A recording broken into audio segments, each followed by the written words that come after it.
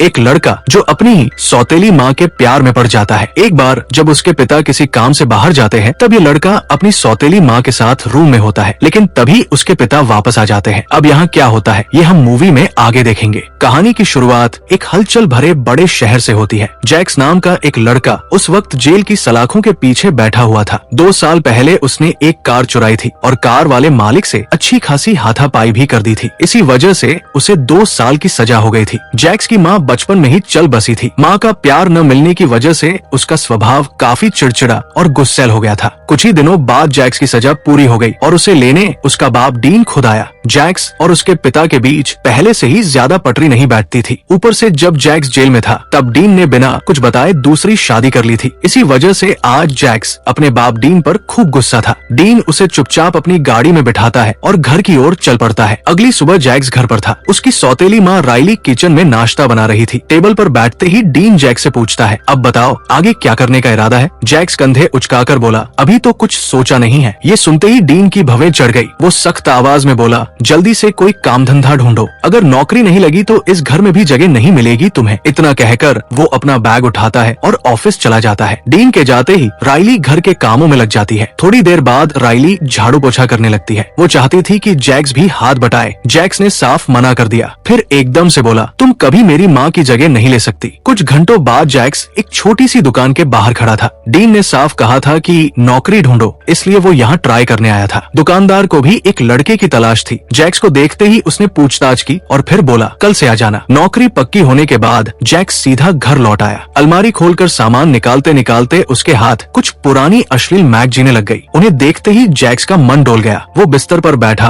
और खुद को मस्ती में डुबोने लगा। पूरी तरह खोया हुआ था कि तभी दरवाजा खुला और राइली अंदर आ गई। जैक्स को उस हालत में देखकर वो एक पल को ठिठक गई। जैक्स घबरा कर बोला, बाहर जाओ। राइली ने कुछ नहीं कहा, बस चुपचाप मुड़कर चली गई। लेकिन उसने सब देख लिया था। थोड़ी देर बाद जैक्स का मन शांत करने के लिए निकट के पार्क में टहलने चला गया। बेंच पर बैठा ही था कि एक लड़की उसके पास आकर रुक गई। उसका नाम एवा था। स्कूल के दिनों में दोनों साथ पढ़ते थे। जेल से बाहर जैक्स को देखकर एवा खुश हो गई। दोनों पुरानी यादें ताजा करने लगे। शाम ढलते ढलते जैक्स घर पहुंचा और सीधा अपने कमरे में चला गया। तभी राइली अंदर आई। उसके हाथ में कपड़ों का टोकरा था। वो बोली, तेरे गंदे कपड़े दे दे, मैं धो दूंगी। जैक्स ने सख्ती से कहा, मैं खुद धो लूंगा। वो बिना कुछ बोले टोकरा उठाकर बाहर चली गई। शाम के वक्त राइली बाथरूम में थी, कपड़े बदल रही थी। दरवाजा अंदर से बंद नहीं किया था उसने। सोचा घर में कोई है नहीं। तभी जैक्स को पेशाब लगी और वो बाथरूम की तरफ आ गया। दरवाजा खोलते ही उसकी नजर राइली पर पड़ गई, जो उस वक्त बिल्कुल नंगी थी। राइली चौंक गई। जल्दी से तौलिया लपेटकर खुद को छुपाने लगी। राइली जल्दी जल्दी तौलिया लपेटे बाहर निकली ताकि जैक्स अंदर जा सके और वो बेडरूम में जाकर कपड़े पहन ले। लेकिन जैक्स बाथरूम में जाने की बजाय राइली के पीछे पीछे बेडरूम में आ गया। राइली ने जैसे ही मुड़कर देखा, जैक्स उसके करीब आ गया और बिना कुछ बोले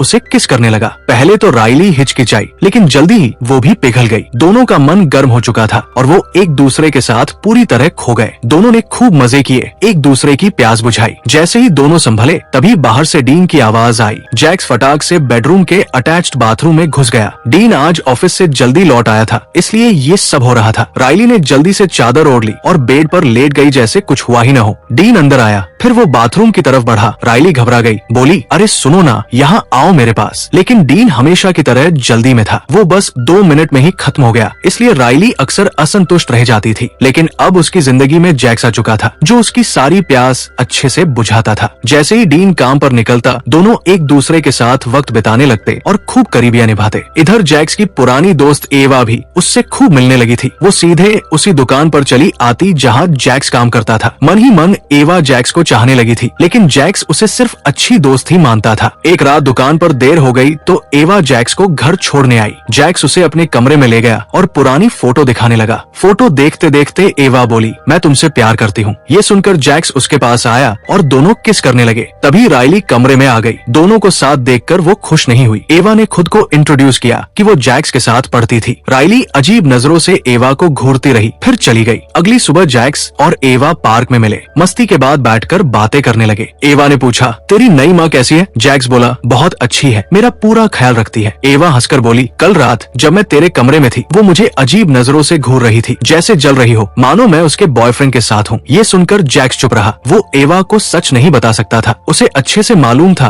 कि राइली के साथ उसका रिश्ता गलत है और समाज इसे कभी कबूल नहीं करेगा। फिर दोनों प्यार भरी बातें करने लगे और एक दूसरे को किस भी करने लगे। थोड़ी देर बाद जैक्स दुकान पर पहुंचा। दुकानदार को पता चल गया था कि जैक्स 2 साल जेल काट कर आया है। जैक्स ने ये बात उससे छुपाई थी। दुकानदार को सच पता चल गया तो वो जैक्स पर खूब गुस्सा करने लगा। जैक्स भी चुप नहीं रहा, उसे भी खरी खोटी सुनाई और गुस्से में आकर नौकरी छोड़ दी। कुछ देर बाद एवा जैक्स को घर के बाहर उतारती है। जैक्स ने उसे नौकरी छोड़ने की बात बता दी थी, इसलिए दोनों घूमने का प्लान बना चुके थे। जैक्स जैसे ही कमरे में घुसा और बैग पैक करने लगा, राइली ने उसे रोक लिया। वो नहीं चाहती थी कि जैक्स एवा के साथ कहीं जाए। जैक्स ने राइली को भी बता दिया था कि नौकरी जा चुकी है। राइली समझाती रही, अगर डीन को पता चला तो वो तुम्हें घर से निकाल देगा। लेकिन जैक्स ने एक न सुनी और एवा के साथ घूमने निकल गया। दोनों पूरा दिन इधर उधर घूमते रहे। रात को जब जैक्स घर लौटा तो उसकी नजर बुरी तरह जख्मी राइली पर पड़ी। तभी डीन सामने आया और बोला, राइली ने मुझे सब बता दिया है। फिर वो बेहद गुस्से में जैक्स पर टूट पड़ा। गालियां देता हुआ बोला, साले सौतेली माँ को भी नहीं छोड़ा। पीटते पीटते डीन जैक्स को घर से बाहर घसीट लाया। राइली रोकने की कोशिश करती रही, लेकिन डीन ने उसे भी थप्पड़ मार दिया। राइली को मार खाते देख जैक्स का खून खौल उठा। वो गुस्से में डीन पर टूट पड़ा और उसे भी खूब मारा। राइली भी अब गुस्से में थी। उसने जैक्स से कहा, अब यहाँ से चला जा। जैक्स के जाते ही राइली डीन को अस्पताल ले गई। उसने डीन को सब कुछ बता दिया था क्योंकि उसे अपनी गलती का पता चल गया था। जैक्स उसकी जिस्मानी प्यास तो बुझा सकता था, लेकिन एवा जैसा सच्चा प्यार नहीं दे सकता। राइली ने डीन से माफी मांग ली, लेकिन उसकी इस हरकत ने बाप बेटे के बीच हमेशा की दरार डाल दी। कुछ ही देर बाद जैक्स एवा के घर पहुंच गया। सब कुछ छोड़कर वो उसके पास आ गया था।